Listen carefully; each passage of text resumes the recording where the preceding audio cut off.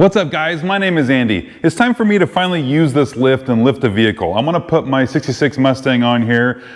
I haven't lifted a car on it yet. I'm a little nervous because I'm hoping I installed everything correctly, but what I need to do is bring the car in here and I wanna get it lifted up and take a look underneath what's going on under there. I just got done doing the short bed conversion on my 68 F100. Some of you guys might have seen that video, but we got that all done. I just need to figure out what I'm gonna do about covering the seams. I gotta maybe spray some primer on there and just cover it up with some paint just to protect it until I figure out what I'm gonna do with painting the truck. But other than that, let's get these arms out of the way and then we gotta go pull the car in here and hope I don't dump it off the side.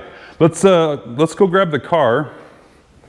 And what we've got here is I got to go into the other garage where I had the car sitting in the garage here because I was working on that short bed conversion, and so we need to get, if you guys can guess what those are for, I wish I could give away something for that if you guys can guess what those wheels are for, but all right, so we got to get this guy brought out of the garage and into the shop, so let's do it.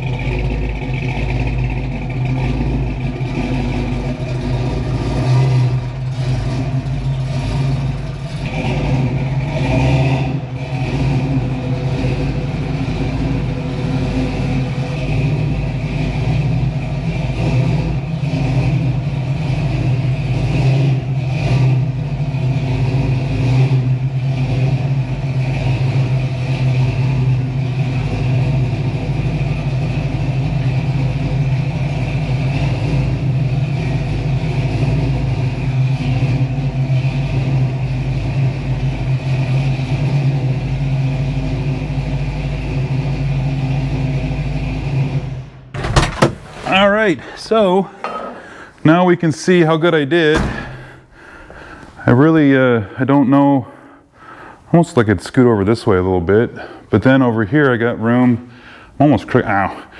You guys are probably laughing going, Andy, you're doing it wrong, or Andy, it's fine, don't worry about it. I really don't want to dump this car off the lift. I can't imagine that you're expected to have this thing in the exact center. I'm sure there's some margin of error, but what we don't want to do is just be completely loaded on one side or on one end. So let's go through the process of lining up these arms. For those that don't know, this is one of those asymmetrical arms. So I have a shorter arms in the front and then longer arms in the rear, or regular arms in the rear. And the reason why is I won't be pulling the car in or vehicle in as much as I'd probably be backing it in. The reason why is if you pull a car in or vehicle in, I don't have a lot of room on this end to work on stuff, particularly if I needed to pull an engine or something like that. There's not enough room back here to do a lot of stuff, and the lighting isn't as good as it is on this end. But worst case, if I ever had to, I can swap the arms around and put the shorter arms in the back and the longer arms in the front, and then I could just pull the vehicle in and it would be fine. So, all right, let's see if you can see the same thing that I'm seeing. So what I like to do is I like to lift the car, well, it's kind of hard to see from here, but these rails right here, I like to lift underneath those. I don't like lifting on the seams. Some people say it's okay, but for me, it's just not worth it.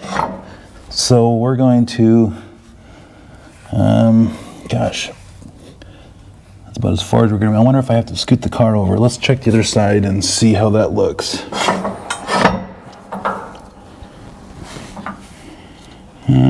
we're about the same. And again, it's kind of hard to tell here on the camera, but we'll see if that will work. Let's do the rears. So we're going to do it just in front of where the rear leaf spring bolt is, this part of the frame. We're going to pick it up right here, right on the end of my subframe braces.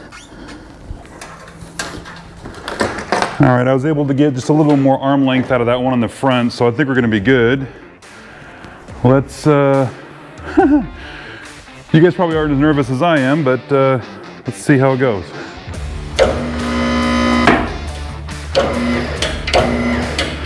All right, let's take a look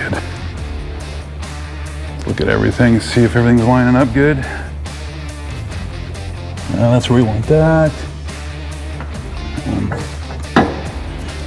Good, good there, and up front. Yep. All right, I think we're looking good. This is probably not a big deal, but.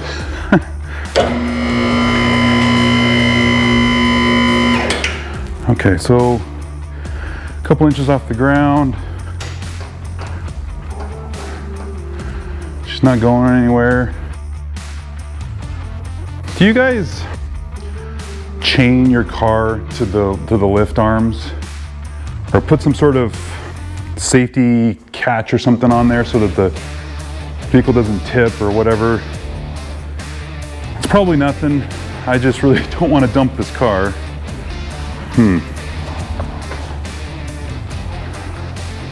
Yeah, she seems okay.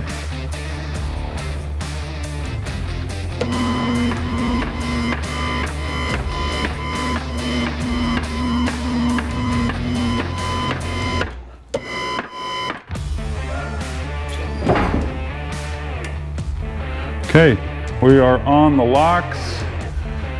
And I probably should have closed the hood. I don't really want to touch the fan blades on the ceiling fan, but woohoo! All right, car's up on the lift.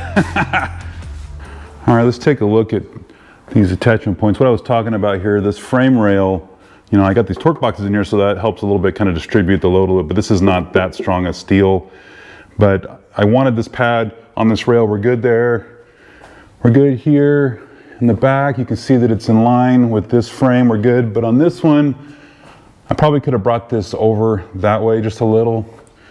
But we're on there. We're going to be fine. But I'm probably, again, splitting hairs for nothing. But that's kind of the stuff that I think about when I'm new to a lift. Anyways, cool. So here's the first thing I wanted to look at right here. So what I've got is a very slow leak, and I think, boy, you're not gonna be able to see it. Let me get a light. Yeah, see, this is what I'm talking about. You can kind of see just a little wet spot there. That's coming off the transmission. I don't like that, and I've been chasing that since I had this transmission. You see up there, you see that green tip vent? That right there, I think, is leaking, and I can't tell if there's just too much fluid come out of the top of that thing or if it's not sealed good. I've taken this transmission, take the tail shaft off before and resealed it, but I'm just not getting the results that I wanted. I mean, that's where it's coming from. When I took this thing out last time, it was wet all the way up in the top. And so I can tell that it's not the edge, the seal here, because it's wet all the way up there.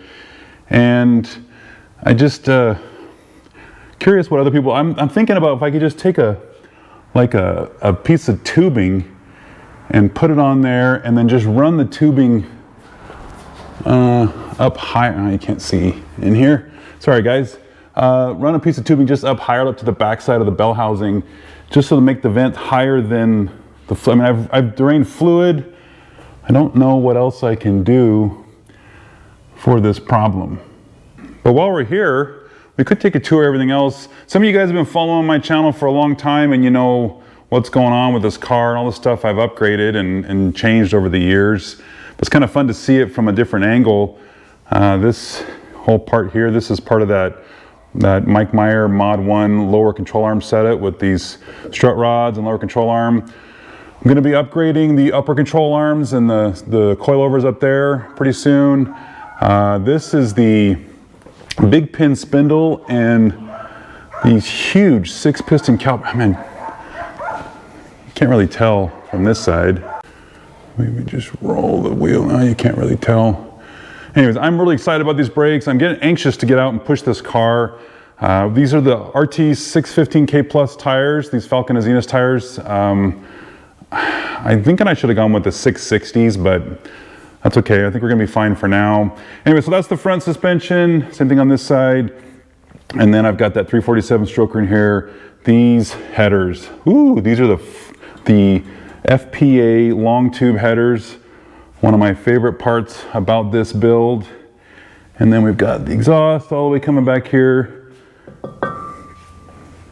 3-inch aluminum drive, sorry, 3.5-inch aluminum drive shaft. And then that's just the 8-inch rear. I'm gonna be upgrading that down the road as well. So we'll keep an eye on that. I probably should go out and really push this thing and see if I can break it before I replace it, because I don't know what the limits are. I upgraded the ring gear and the pinion on that to a little bit better unit. They're running 355:1 ratio with the traction lock in there, but with the upgraded components, I might be able to push a little harder, and I'm just afraid of breaking stuff. 2A1 shocks in the rear, this will get changed out as well, and then this is the Meyer Racing Panhard bar. Again, another one of my favorite upgrades with this car. Keeps this axle centered when I'm pushing the car hard, so cool. Well, that's the underside of the car. Yeah, I like this view. Cool, so what's next? I'm gonna try to see what I can do about that leaky valve, or the I don't know what that valve is on the top of the transmission, what you call that. I wanna see if I can do something about that. Oh, awesome. Oh, look at this. Yeah, guys, that doesn't look like a completed paint job. Dumb. Ah. Oh well, it's too late now. You get what you pay for, right? For those that watched that video when I did the video on when I painted this car, 3,500 bucks to paint this car, and this is why it was $3,500. This right here, I don't need this. I could probably cut that off because that's part of the whole hood latch system that I'm not using. Probably get that guy off of there, but dumb. Well, you never really see that because the car's always, it's always below you. But oh well. Anyway, so yeah, I'm gonna poke around underneath here and see if I can see anything else that's a leak or something like that, or something that might be loose. It's a good time to go through and tighten stuff up and just see where everything's at, and then take the car out and drive it some more. So cool. All right, guys. Well, again, short video. I just wanted to get the car up on the lift. First time using this lift since I installed it, and it works. Got the car up, and I like it. Cool. All right, guys. We'll see you in the next one.